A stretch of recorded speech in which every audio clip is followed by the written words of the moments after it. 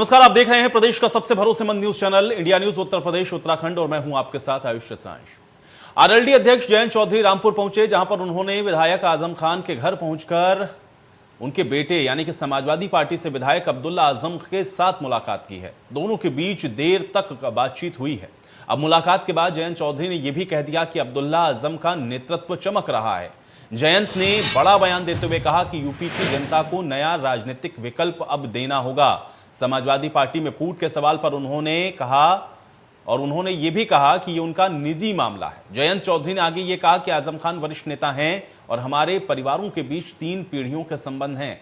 जयंत चौधरी ने आगे फिर ये भी जोड़ दिया कि आजम खान और उनके परिवार को जिस तरीके से प्रताड़ित किया गया है, ये लोग हिम्मत वाले हैं और लड़ते रहे हैं। अब्दुल्ला और जयंत चौधरी की मुलाकात के बाद इसके बाद सियासी बयानबाजियों का दौर शुरू हो गया। विधानसभा चुनाव में रालोद और सपा के गठबंधन के बाद मिली हार के बाद अब सियासी दलों में फूट पड़ती हुई भी दिख रही है, क्योंकि इससे पहले आजम के दफ्तर से उनके मीडिया प्रभारी की ओर से सपा से बगावत के सुर उठे थे और उन्होंने ये भी कहा था कि अखिलेश नहीं चाहते हैं कि आजम खान साहब जेल से बाहर आएं।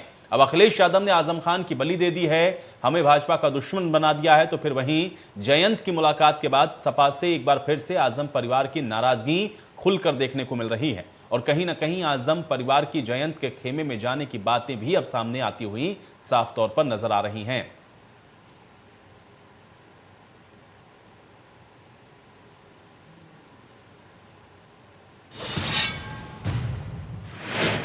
तो जयंत चौधरी ने अब्दुल्ला आजम खान के साथ मुलाकात की और इस मुलाकात के क्या मायने हो सकते हैं, इसको लेकर के सियासी गलियारों में चर्चा है। इंडिया न्यूज संवाददाता रवि कुमार ने इसका जायजा लिया है, ये रिपोर्ट देखिए।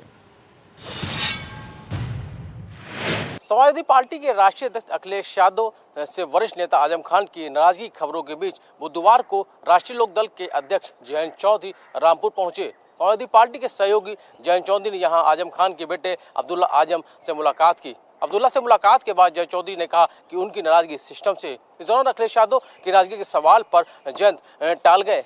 हालांकि उन्होंने इस मुद्दे पर कहा कि मैं नहीं समझता कि उसने कुछ कहना चाहिए। हालांकि जिस तरीके से रामपुर जाकर उन्होंने अब्दुल्ला आजम से मुलाकात की, उसको लेकर अब सियासी गलियारे में चर्चाएं हैं। अभी देखना होगा कि इस चर्चा के बाद क्या कुछ तस्वीर सामने निकल कर आती है। शिवम के साथ रवि कुमार, इंडिया न्यूज लखनऊ। तो जयंत और अब्दुल्ला की मुलाकात पर सियासी गलियारों में क्या कुछ बयानबाजियां हो रही हैं, आइए आपको सुनवाते हैं। मित्रों, इस समय समाजवादी पार्टी में भगदड़ मची हुई है। ना तो वहाँ पे नेता है और ना ही नीति है। वहाँ एक परिवार के हिसाब से पार्टी चलती है और परिवार के फायदे और नुकसान के हिसाब से पार्टी को वहाँ पे आगे बढ़ाया जाता है। और अपीजमेंट की पॉलिटिक्स उनके रग रग में बसी है और बहुत सारे लोग मतलबी हैं और अपने फायदे के लिए समाजवादी पार्टी में शामिल हुए थे। अब जब उनको लगता है कि समाजवादी पार्टी सत्ता में नहीं है तो इधर उधर अपने घर तलाश रहे हैं। कोई आरएलडी में जाना चाहता है, कोई जयंत जी के पास जाना चाहता है, कोई कांग्रेस में जाना चाह रहा है, कोई और भी बहुत भिन्न भिन्न तरीके के अपने दल बनाना चाह रहा है। ये दिखाता है कि इस समय तो अच्छे लोगों के लिए जो स्थान है वो भारतीय जनता पार्टी में है। अपोजिशन पूरी तरीके से भ्रमित है, दिशाहीन है और डिस्ट्रक्टिव राजनीति में लगी है। उसी का परिणाम है कि समाजवादी पार्टी के नेता इधर उधर जाके मीटिंग कर रहे हैं या अपनी पार्टी बनाने की कोशिश कर रहे हैं। जयंत चौधरी ने जो आज मुलाकात जाकर के आजम खान परिवार से की है, उसके निश्चित राजनीतिक मायने हैं और मैं कह सकता हूं इस बात को लेकर के कि एक रणनीति के तहत समाजवादी पार्टी के वरिष्ठ नेताओं ने, मैं नाम नहीं खोलना चाहूँगा, उनके निर्देश पर ही जयंत जी मिले हैं और इस बात की गुंजाइश कहीं दिखती होगी समाजवादी पार्टी को कि किसी बड़े राजनीतिक दल में आजम खान या आजम खान के परिवार की एंट्री न हो जाए। तो अब ये समय बता पाएगा कि आखिर में आजम खान की फैमिली, आजम खान के पुत्रवधू या उनकी पत्नी कहाँ जाती हैं, किस राजनीतिक दल में जाते हैं। लेकिन मैं इतना ही कह सकता हूँ कि एक रणनीति के तहत आज जयंत जी की मुलाकात आजम खान परिवार से हुई है। तो मुलाकात हो और उस पर सियासी बयानबाजियां ना हो, ये तो संभव नहीं है और मुलाकात के अपनी अपनी तरह से जो मायने हैं वो भी निकाले जाते हैं। लेकिन अब चूंकि मुलाकात ऐसे वक्त में हो रही है जिस समय समाजवादी पार्टी के अंदर भी कुछ ऐसी बातें सामने आई, नाराजगी की खबरें भी सामने आई, नाराजगी की बातों को ओपनली कहा गया और उन सब के बीच में जयंत चौधरी की यह मुलाकात उसी को और आगे बढ़ाती हुई या कुछ एक नए इशारे या एक नए संकेत को दर्शाती हुई भी नजर आती है। और इसलिए इसको लेकर के इस समय बहुत ज्यादा चर्चाएं हैं, खबरें तो ये तक भी हैं, चर्चाएं तो इस बात की भी हैं कि रामपुर से लोकसभा का उपचुनाव भी लड़ सकते हैं जयंत चौधरी, ये चर्चाएं भी हैं। लेकिन अब इन सब पर विराम तो तब लगेगा जब देखना ये होगा कि इन चर्चाओं को लेकर के जो बातें अभी सामने आई हैं उसमें कितना पुख्ता तौर पर अमल किया गया है, या फिर क्या वाकई में जयंत चौधरी आपको रामपुर से लोकसभा का चुनाव लड़ते हुए दिखेंगे, या फिर जो नए नेतृत्व की यानी कि एक नया नेतृत्व चाहिए, एक नया राजनीतिक विकल्प देना होगा उत्तर प्रदेश की जनता को। ये बात अगर जयंत चौधरी कह रहे हैं तो इसके मायने भी क्या हैं। आजम खान और उनके परिवार के साथ ये मुलाकात कई और बातों को भी इसके साथ जोड़ रही है, क्योंकि ये मुलाकात आप देखिए ऐसे वक्त में जहां पर एक तरफ आप देख रहे हैं कि समाजवादी पार्टी के अंदर जो अंदरूनी जिस तरह से आप देख रहे हैं कि जो सवाल उठने शुरू हुए हैं उस पर भी जयंत चौधरी ने कहा कि उनका अपना आंतरिक मामला है, यानी कि कुछ स्पष्ट तौर पर जयंत चौधरी की तरफ से इस विषय को लेकर के भी नहीं कहा गया। लेकिन हाँ, एक नया विकल्प उत्तर प्रदेश के अंदर राजनीति में अब उत्तर प्रदेश की जनता को देने की आवश्यकता है, ये कहकर और आजम खान के साथ उनके परिवार के साथ ये मुलाकात जाहिर बात है कि कई सियासी मायनों को सामने ला रही है। और इसके क्या सियासी परिणाम होंगे, ये राजनीति क्या कुछ नई दशा और दिशा को दिखाएगी, आज इसी पर चर्चा करते हैं। कुछ खास मेहमान मेरे साथ जुड़ गए हैं, पहले उनका परिचय आपके साथ करवा देते हैं, चर्चा में फिर आगे बढ़ते हैं। हमारे साथ इंद्रजीत सिंह टीटू जी जुड़ रहे हैं, राष्ट्रीय महासचिव हैं आरएलडी के। इंद्रजीत सिंह जी बहुत स्वागत है आपका। अल्पना चौहान जी हमारे साथ जुड़ रही हैं, नेता हैं भारतीय जनता पार्टी के। अल्पना चौहान जी आपका भी स्वागत है। विजय उपाध्याय जी हमारे साथ जुड़े हुए हैं, वरिष्ठ पत्रकार हैं। विजय उपाध्याय जी आपका भी स्वागत। और अशोक यादव जी हमारे साथ जुड़े हुए हैं, पूर्व मंत्री समाजवादी पार्टी सरकार। अशोक यादव जी आपका भी स्वागत है। इंद्रजीत जी, आज चर्चा की शुरुआत में आपसे करना चाहूंगा, चूंकि आज मुलाकात जयंत चौधरी की जिस तरह से अब्दुल्ला आजम के साथ हुई या आजम खान परिवार के साथ हुई, इसको किस प्रकार से देखा जाए, इसके क्या मायने समझे जाएं? आपका पहला रिएक्शन मैं इसके ऊपर ही चाहता हूं, इंद्रजीत जी। नहीं, अच्छे माहौल में मुलाकात हुई है और राजनीतिक आदमी का एक दूसरे से मिलना जुलना, सामाजिक आदमी का एक रूटीन वर्क है। और जब उस क्षेत्र में आदरणीय जयंत जी गए हैं तो बट नेचुरल है, दोनों नेताओं के परिवारों की आपस में बात हुई होगी और एक शिष्टाचार भेंट भी होता है। कहा भी जाता है कि आप इस क्षेत्र में आ रहे हैं तो जरूर हमके साथ मुलाकात करके जाइएगा, क्योंकि समाजवादी पार्टी से हमारा गठबंधन है, अभी गठबंधन में हम मिलकर चुनाव लड़े हैं। तो मैं तो इस नजरिए से ही देखता हूँ। और राजनीति में चाहे अपना हो जो पराया हो, ना कोई परमानेंट दोस्त होता है ना परमानेंट दुश्मन होता है, जितना मैं समझ पाया हूँ।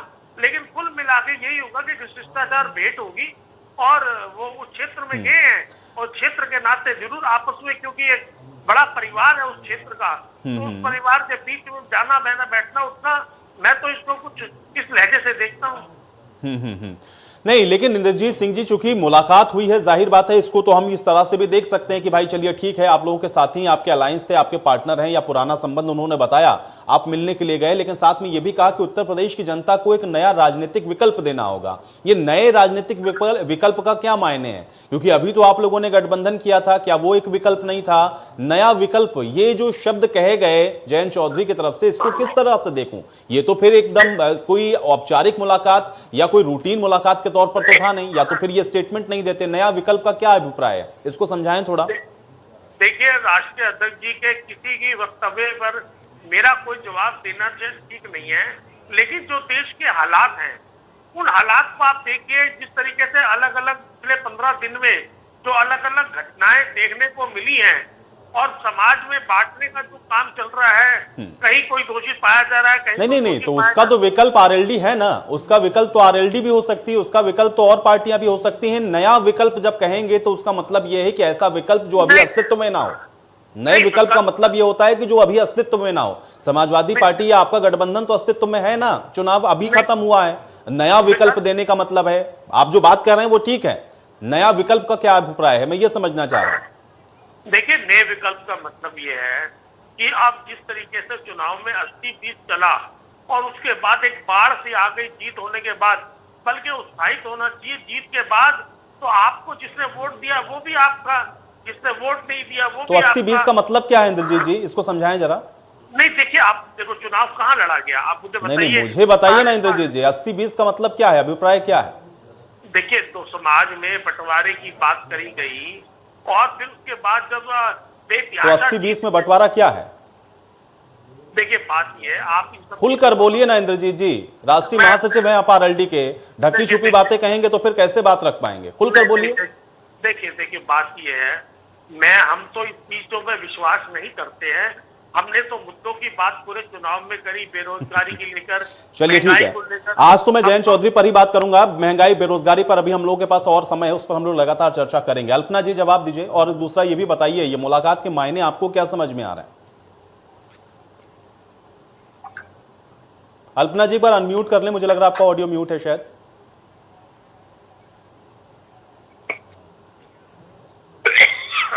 चलिए अल्पना जी, आपकी ऑडियो मुझ तक नहीं पहुंच रही, तब तक मैं अशोक जी का रुख कर लेता हूं, मैं आपके पास वापस आऊंगा। अशोक यादव जी, मुलाकात हुई है, इस मुलाकात के मायने क्या समझे जाएं? क्योंकि सवाल मेरा आपसे भी यही है, नए विकल्प की बात यहां पर जयंत चौधरी करते हुए नजर आए अब्दुल्ला आजम खान से मुलाकात के बाद। अब ये नया विकल्प क्या है? देखिए, हम तो बड़े आशावादी लोग हैं। हमें नहीं, देखिए पूरे देश ने एक चीज देखी कि अखिलेश यादव के नेतृत्व में 3 करोड़ 11 लाख वोट हमें मिलते हैं, और पूरा साम्राज्य लगा था भाजपा का, उनको मिलते हैं 3 करोड़ 71। तो आप देखिए, ज्यादा फर्क नहीं था। लेकिन जब चुनाव हार जाते हैं तो कुछ बातें इस तरह की उठती हैं। ये कुदरत का नियम है, जब भी कोई चुनाव हारता है तो उसमें बातें उठती हैं, लाजमी है, कुछ बातें हो रही हैं। अभी जीत जाते तो वो कोई कमी नहीं निकलती, अब हार गए हैं तो लोग निकालते। लेकिन जहां तक मेरा मानना है, अगर गठबंधन होता है तो एक चुनाव तक नहीं रहना चाहिए। अगर सफलता प्राप्त करनी है तो गठबंधन एक बार हो जाए। गठबंधन मायावती जी से हुआ था, अगर वो गठबंधन चलता रहता तो निश्चित मानिए मायावती अखिलेश जी सरकार में होते। इतना बड़ा गठबंधन हुआ था, लेकिन उसके बाद उन्होंने तोड़ दिया। मैं नहीं समझता हूं, क्योंकि आजम खान एक बहुत नेता, हमारे सीनियर है, बहुत सीनियर है। कभी भी नहीं चाहेंगे कि उनकी सरपरस्ती में कोई ऐसा काम हो जिससे समाजवादी पार्टी को नुकसान हो। पूरे जिंदगी उन्होंने अपनी समाजवादी पार्टी को दे दी है, और अखिलेश ने भी उनके बेटे को, हालांकि वो थोड़ी दिक्कत में है आजम खान साहब, उनके बेटे को चुनाव लड़ाया, उनको नेता बना दिया है। तो नेता बनने का मतलब ये थोड़ा ही है, कहने का अधिकार सबको। उनके पिताजी बीमार है, नहीं, लेकिन उसमें योगदान तो आजम खान का भी है ना। केवल ऐसा तो नहीं है कि समाजवादी पार्टी के टिकट पर अब्दुल्ला आजम लड़े इसलिए जीते। संस्थापक सदस्य हैं वो, और पूरा जीवन दे दिया। नाराजगी उनकी अभी दूसरी बार है।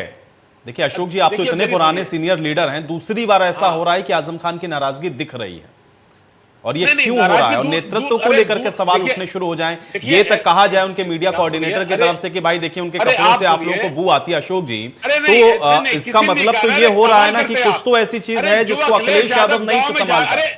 अभी अब एक गांव में आग लगी थी करहल के पास, जहां आग लगी थी, सब बहुत गरीब लोग तो वहां जाके बगल में बैठते हैं, बात करते हैं। वहां जाके ये बातें जो लोगों ने कर दी है ना, अखिलेश यादव के साथ 22 साल से हूं मैं, ये किसी ने कर दी। लेकिन मैं नहीं समझता हूं कि वो आदमी ऐसी बातें करेगा।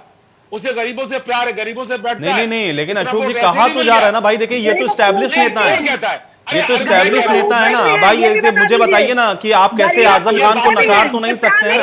मत करिए, आप बहुत बेकार की बातें करती हैं, वो भी बताइए। तो आप लोगों को लूटा, देखिए ये डिबेट को नहीं, अल्पना जी थोड़ा सा धैर्य रखें। अल्पना जी, मैं अपनी बारी में, अल्पना जी अपनी बारी में मैं समय दूंगा, आराम से अपनी बात रखिएगा।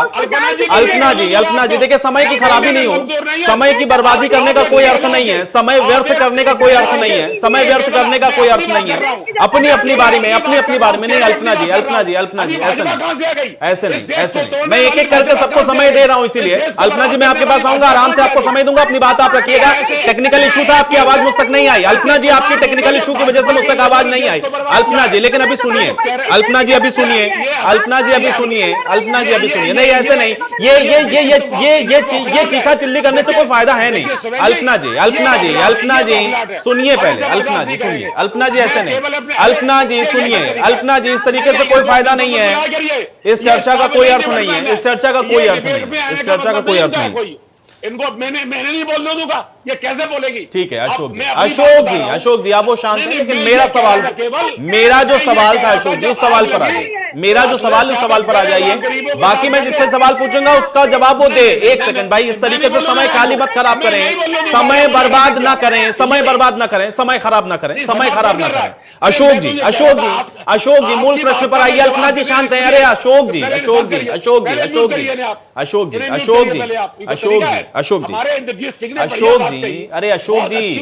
अशोक जी आवाज पहचान लीजिए, मैं बोल रहा हूं, अल्पना जी नहीं है। मुझे ये बताइए कि अखिलेश यादव के नेतृत्व पर सवाल क्यों उठने लग गए? अरे सवाल तो हार गए, जीत गए, इसके बावजूद नेतृत्व पर सवाल क्यों उठने शुरू हुए? देखिए, जब भी कोई चुनाव हारता है उसके बातें उठती हैं, लेकिन इतनी बड़ी बातें नहीं है। अखिलेश जी ने सबको सम्मान देके, सबको टिकट देके, पूरे प्रदेश में बिरादरी को टिकट कम दिए, सबको सम्मान दिया, भले वो हार गए, लेकिन 3 करोड़ 11 लाख लोगों ने वोट दिया है। आप एक कल्पना करिए। लेकिन अब ऐसी बातें जो अब होने लगी हैं, ये बातें थोड़ी बहुत होती हैं, इन सबको बैठ के बात कर ली जाएगी।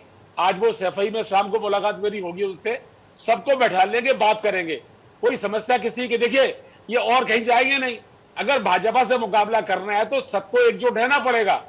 जी, हम जब बोला करें, हम बहुत महिलाओं का नहीं ये ऐसे देखिए, यही तो बात है ना कि ये तो और कहीं जा ही नहीं सकते। इसीलिए तो कहा ना जयंत चौधरी ने नया विकल्प देना होगा। अशोक जी, नई तैयारी करनी पड़ेगी। मेरा मतलब नया विकल्प कहां ले जाएगा? ये अगर इस उसमें बैठ जाएगी समाजवादी पार्टी की, इनके पास कोई विकल्प ही नहीं, तब फिर कैसे अशोक जी काम चलेगा? अखिलेश यादव के बिना 24 निकट है। अरे उन्होंने, मेरे भाई, अरे तो मैं 24 में सामने रहूंगा आपके।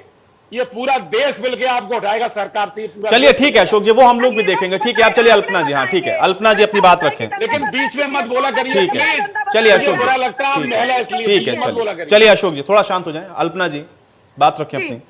देखिए आयुष चित्रांशी जी, ये आज जो मनाने गए हैं, ये समाज के उस व्यक्ति को मनाने गए हैं जिसने जनता को लूटा है, जो जेल में है, जिनके खिलाफ अपराध के मुकदमे हैं, जिनके खिलाफ भ्रष्टाचार के मुकदमे हैं, जिन्होंने जनता को छलने का काम किया है। ये कौम चिल्लाने का काम कर रहे हैं, ये देश को बांटने का काम कर रहे हैं। ये देखिए इतने स्वार्थी हो गए हैं जयंत जी अपनी जड़ों को भूल चुके हैं। वो ये भूल चुके हैं कि उनके पिता ने इस पार्टी की नींव किस आधार पर रखी थी और इस पार्टी का उदय क्यों हुआ था। जो जयंत जी के पिता थे, उन्होंने केंद्र से और राज्य की सरकारों के साथ सदैव विकास के लिए तालमेल बनाकर जनता आराम से बोलिए, आराम से बोलिए। ये भाषण का मंच नहीं है अपना जी। ये डिबेट है, डिबेट बोलने का तरीका सीख लिया। ये आपसे लड़ रही हूँ मंच में, ये माइक नहीं है, मंच नहीं है। आप उसी बात को सलीके से कह सकते हैं, सलीके से हम भी तो बोलते हैं। आप एकदम ऐसे करके रह जाती है, अच्छी बात है ये। आप इजी रहिए, आप आराम से बोलिए। अरे ठीक है अशोक जी भाई, देखिए सबका बातचीत करने का अपना तरीका है अशोक जी। लेकिन ये जिस तरह चिल्ला रही, नहीं ठीक है, नहीं अशोक जी देखिए तरीका है, सबका अपना अपना तरीका है बोलने का। मुझे भ्रष्टाचारी समाजवादियों से सीखने की हाँ और क्या। हाँ, भ्रष्टाचारी भाजपा में कम है, पूरे देश को बर्बाद करना।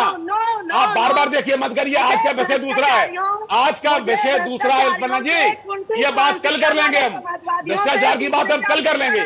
अब आप बुलाइए पत्रकार महोदय को, उपाध्याय जी को, जो हमारी एम्पायर है वो फैसला करेंगे। चलिए उपाध्याय जी, मैं तो भी यही चाहूंगा। नहीं ठीक है अशोक यादव जी, देखिए वो तो पत्रकार हैं, विजय जी तो बताएंगे, लेकिन पहले आप लोगों की पॉलिटिकल बात थोड़ा हो जाए। चलिए विजय जी आप, ठीक है मैं विजय जी का रुख कर लेता हूँ। विजय जी मुझे ये बताइए, देखिए यहाँ पर सबने अपनी अपनी बात विजय जी रखी, लेकिन ये पॉलिटिकल इसका जो मायने है वो क्या समझ में आ रहे हैं विजय उपाध्याय जी? ये जो मुलाकात है या जो नए विकल्प के तौर पर अब हमको उत्तर प्रदेश की जनता को एक नया विकल्प देना होगा, और ये मुलाकात जो जयंत चौधरी कर रहे हैं, इसको समाजवादी पार्टी के लिए भी और उत्तर प्रदेश की राजनीति के लिए भी कैसे देखते हैं विजय जी? देखिए इसमें 2 संभावनाएं हैं। पहली संभावना तो ये है कि हो सकता है जैसा अशोक जी कह रहे हैं कि एक दूत के तौर पे भेजा हो जयंत चौधरी को आजम खां के पास, उनके परिवार को मनाने के लिए, राजनीतिक हालातों को समझाने के लिए। दूसरी संभावना ये है कि जिस इलाके में आजम खां साहब हैं, रामपुर, उस पूरी बेल्ट में यादव समाज नहीं है जिसे समाजवादी पार्टी का कोर उठना है। हो सकता है कि जो नाराज हैं अखिलेश यादव जी से, उनके लोग, जैसा उनके मीडिया प्रभारी शानू, जो शानू क्या नाम, उन्होंने जैसा कहा था कि भाई इनका तो इस्तेमाल किया और वोट ले लिया और वोट हमारा ही है, तो संभव है कि आजम खां और उनका परिवार एक नई राजनीतिक पारी आरएलडी के साथ शुरू करें, क्योंकि उस इलाके में जाट मुस्लिम कॉम्बिनेशन बनाने की बहुत जबरदस्त कोशिश इस विधानसभा चुनाव में हुई, जो बहुत कम सक्सेस हुई, ठीक से उसको सफलता नहीं मिली। उसको आगे बढ़ाने के लिए, परवान चढ़ाने के लिए आजम साहब की नाराजगी भी दूर हो जाएगी, उनको पार्टी का विकल्प भी मिल जाएगा, नया विकल्प जो उन्होंने शायद संकेत दिया है, और आज एक ठिकाना भी सेकुलर राजनीति का जो बीजेपी के खिलाफ ठिकाना है वो मिल जाएगा, क्योंकि और कोई विकल्प है नहीं। कांग्रेस बहुत ही नीचे की पोजीशन पे है, बीएसपी में आजम साहब और उनका परिवार जाने की स्थिति नहीं, तो ले दे के विकल्प आरएलडी ही बचता है। तो शायद ऐसा हो कि आजम साहब जब जेल से बाहर आए तो उनका अच्छा वहां जाने पे शायद फिर समाजवादी पार्टी की तरफ से दल बदल की याचिका भी न लगाई जाए और आराम से समाजवादी पार्टी के विधायक टेक्निकली समाजवादी पार्टी के विधायक रहते हुए भी वो आरएलडी के साथ रह सकते हैं, वहां की पॉलिटिक्स कर सकते हैं। और जयंत के साथ जयंत जिस तरीके से उनके साथ अपना एडजस्टमेंट करें, जो उस प्लेटफॉर्म का वो कैसे प्रयोग कर सकते हैं, तो शायद ये एक बात हो सकती है। ये चूंकि अनुमान है, दोनों पक्ष से अभी कोई बात सामने नहीं आई है और ये तय है कि समाजवादी पार्टी से नाराज है। दूसरी बात ये भी है कि अखिलेश यादव जी का अपने पिताजी के जो साथी थे उनके साथ तालमेल ठीक नहीं, ये पहले से दिखाई दे रहा है और ये लगातार इसमें एक विरोधाभास की स्थिति आती रही है। जेल में एक बार वो मिलने गए थे आजम साहब से, उसके बाद वो दोबारा मिले भी नहीं। ये बात भी सही है कि समाजवादी पार्टी ने घर भी गए थे एक बार, समाजवादी पार्टी ने कोई आंदोलन आजम खां के समर्थन में नहीं चलाया, तो उनकी नाराजगी भी स्वाभाविक है, जायज भी। लेकिन जो परिस्थितियां हैं, फ्यूचर की बहुत ही कम समय बचा है, लोकसभा चुनाव में सिर्फ 21-22 महीने बचे हुए हैं, तो इतने कम समय में नया विकल्प तैयार करने का जरिया सिर्फ आरएलडी और आजम खां का कॉम्बिनेशन हो सकता है, जिससे समाजवादी पार्टी को भी लाभ होगा कि पश्चिम की सीटें आप लड़िए और जहां हम मजबूत हैं हम लड़ेंगे, जो उनका अलायंस है। हालांकि मेरा ऐसा व्यक्तिगत मानना है कि सपा के अलायंस से आरएलडी को फायदा हुआ। जो सीटें आरएलडी ने जीती हैं वो वास्तव में अगर समाजवादी पार्टी लड़ती तो वो भी। लेकिन विजय जी, इतना आसान है क्या समाजवादी पार्टी के लिए? और ये तो एक तरीके का सरेंडर हो गया कि भाई चलिए ठीक है, आप भी आधा बांट लीजिए, आधा हम बांट लेते हैं। ऐसे तो उत्तर प्रदेश के अंदर समाजवादी पार्टी की प्रासंगिकता के ऊपर भी सवाल है। भाई मुख्य विपक्षी के तौर पर हैं, अपने आप को नेता प्रतिपक्ष के तौर पर अखिलेश यादव ने अपनी सांसदी को छोड़ा है उन्होंने। क्या इतना आसान है जितना इजीली आप बता रहे हैं? क्या ऐसा हो सकता है? देखिए, ये बात जो आप कह रहे हैं उन्होंने अपनी सांसदी को छोड़ा है, तो ये बताता है कि लोकसभा के चुनाव में या राष्ट्र की राजनीति में, देश की राजनीति में समाजवादी पार्टी के मौजूदा अध्यक्ष की रुचि बहुत कम है। इसीलिए उन्होंने लोकसभा सदस्यता छोड़ी और विधानसभा सदस्यता को बनाए रखा। उनका फोकस 2027 है, ना कि 2024 है। मुझे लगता है कि बांट के नहीं, बांट के मतलब कि सीटों का बंटवारा। अभी उनको 30 सीटें 29 सीटें दिए थे, हो सकता है लोकसभा चुनाव में 5 दें, 10 दें, 7 दें, 11 दें, जो तालमेल उनका होगा उस पे वो अपना। आजम खां साहब भी उसी में, रामपुर भी उनको आरएलडी के हिस्से में चले जाएगी, या हो सकता है आजम खां के आरएलडी में जाने पे अखिलेश 1-2 सीटें और दे दें, क्योंकि उनकी बहुत रुचि लोकसभा के इलेक्शन में अगर होती तो ना आजम खां साहब लोकसभा छोड़ते और ना अखिलेश लोकसभा छोड़ते, फिर तो लोकसभा में ही बने रहते, क्योंकि सबसे पहले चुनाव लोकसभा का है। आप सोचिए कोई राजनेता। लेकिन विजय जी, क्या आप ये कह रहे हैं कि क्योंकि ऑप्शन नहीं है इस समय अभी आजम खान के साथ, इसलिए नाराजगी भले हो लेकिन उनको रहना समाजवादी पार्टी में ही पड़ेगा? नहीं, मैं कह रहा हूं कि ऐसा हो सकता है दूत के तौर पे गए हो जयंत चौधरी और उन्हें अपने समझाने की कोशिश की हो, लेकिन ये भी हो सकता है कि आजम खां और उनका परिवार आरएलडी में शामिल हो जाए। मैं ये कह रहा हूं, आरएलडी में शामिल रहेंगे तो समाजवादी पार्टी दल बदल के तहत उनके सदस्यता समाप्त करने की याचिका भी नहीं देगी, विधानसभा सदस्यता समाप्त करने की। मैं ये कह रहा हूं क्योंकि वो लाइक माइंडेड पार्टी है, उसके साथ समझौता है उनका। और पश्चिमी उत्तर प्रदेश में जिस इलाके में रामपुर है, उस इलाके में जाट काफी प्रभावशाली हैं और मुस्लिम बहुत प्रभावशाली हैं वोट बैंक के तौर पे, तो इन दोनों का एक अलायंस मजबूत हो सकता है। शायद नए विकल्प की बात जो जयंत चौधरी ने कही थी, वो इसीलिए उन्होंने कही थी कि भाई हमारे साथ अगर आजम साहब आ जाएं तो पश्चिम में मुस्लिम जाट कॉम्बिनेशन और स्ट्रांग होगा, जिसकी कोशिश विधानसभा चुनाव में हुई थी लेकिन परवान नहीं चढ़ पाया। सिर्फ 34 मुस्लिम विधायक चुन के आए हैं उत्तर प्रदेश की विधानसभा में, और आरएलडी का भी रिजल्ट कोई स्ट्राइक रेट कोई बहुत अच्छा नहीं था। लेकिन अगर आजम खां सपा में नहीं रहना चाहते तो कहां रहेंगे? आरएलडी उनके लिए अच्छा ठिकाना है, मैं ये कहता हूं। चलिए ठीक है, आपकी इसी बात के साथ आज की चर्चा भी मैं यही समाप्त करूंगा। आप लोगों का शुक्रिया अपना समय निकालने के लिए। धन्यवाद, अच्छा बोले विजय जी, धन्यवाद। और अब देखना यह है, क्योंकि आज ये जो मुलाकात हुई है उसके मायने अपनी अपनी तरह से निकाले जा रहे हैं, लेकिन देखना यह होगा कि इसके आगे आने वाले जो राजनीतिक परिणाम है वो किस प्रकार के रहते हैं। आज बड़ी बहस में मेरे साथ फिलहाल इतना ही।